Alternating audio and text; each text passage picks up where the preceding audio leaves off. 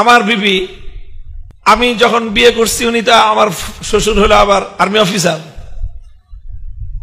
তো বিয়ের পরে যখন আমাদের বাড়িতে আসলো, এসে দেখে সব হাফেজ। উনি তো কিছুদিন স্কুলে পড়াশোনা করে আসছিলেন, এসে দেখে বাসার সব হাফেজ। এত হাফেজের ভিতরে থেকে নিজেকে সে খুব অসহায় মনে করতেছে।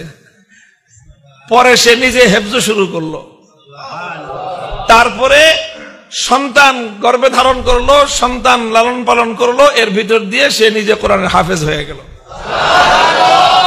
প্রতি বছর যখন রমজান আসে, আমাদের বাসার প্রত্যেক ঘরে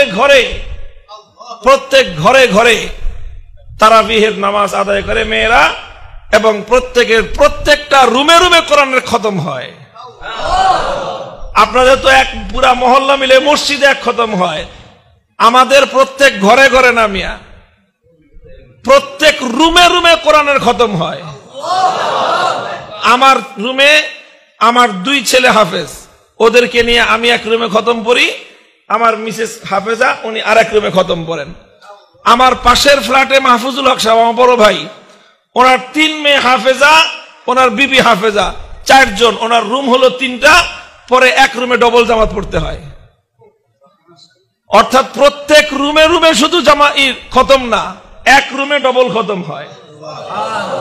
শাইখুল হাদিস রহমতুল্লাহ আলাইহি আমার আব্বা জানে বাগান সাজায়। আপনাদেরকে গল্প কেন বলতেছি? গল্প এজন্য বলতেছি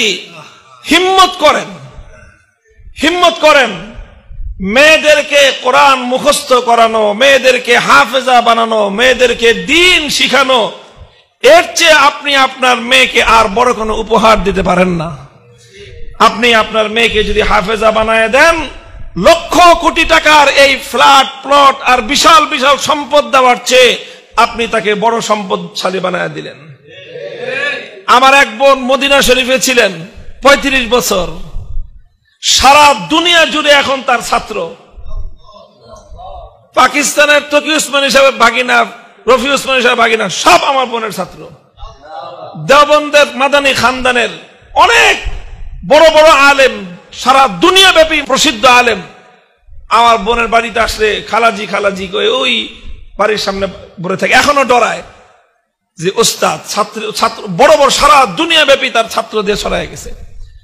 কোরআনের হিফজ আল্লাহ পাক রব্বুল আলামিন এটাকে মনে হয় যে পুরুষদের চেয়ে মেয়েদের জন্য এটা অনেক বেশি উপকারী হয়। কারণ যেই ঘরে হাফেজা মেয়ে থাকে, ওই ঘরে কোরআনের তেলাওয়াত অনেক বেশি হয়। পুরুষরা তো ঘরে কম থাকে, মহিলারা ঘরে বেশি থাকে। মহিলা যদি হাফেজা হয়, তাহলে তার প্রচুর পরিমাণ কোরআনের তেলাওয়াত হয়। যেই ঘরে কোরআনের তেলাওয়াত হয়, সেই ঘরের চেয়ে বেশি রহমত কোন ঘরে বর্ষিত হবে? এই জন্য কেউ যদি চান নিজের ঘর আল্লাহর রহমতের দ্বারা আলোকিত থাকুক, কেউ যদি চান নিজের ঘরের মধ্যে রাত দিন আল্লাহর রহমত বর্ষিত হোক, ঘরের মেয়েদেরকে